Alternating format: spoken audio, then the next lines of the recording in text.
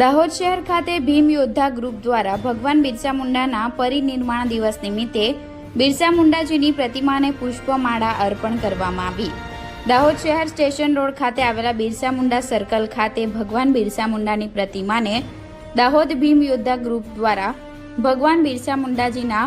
પરિનિર્વાણ દિવસ નિમિત્તે ભગવાન બિરસા મુંડાજીને પુષ્પમાળા અર્પણ કરવામાં આવી હતી અને ક્રાંતિકારી નેતા જેઓ અંગ્રેજો માટે લડ્યા હતા તેમ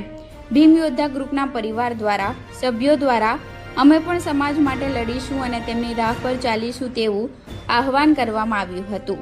અને ભગવાન બિરસા મુંડાજીને પુષ્પમાળા અર્પણ કરી શ્રદ્ધાંજલિ આપવામાં આવી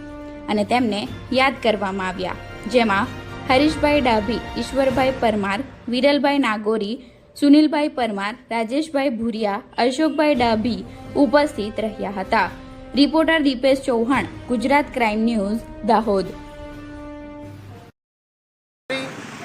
અને મહાનાયક એવા બિરસા મુંડા, ભગવાન બિરસા મુંડાજીનું પરિનિર્વાણ દિવસ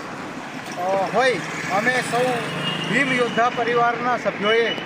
આ એક ક્રાંતિકારી નેતાને શ્રદ્ધાંજલિ આપવા માટે અમે માલ્યાર્પણ કર્યું છે અને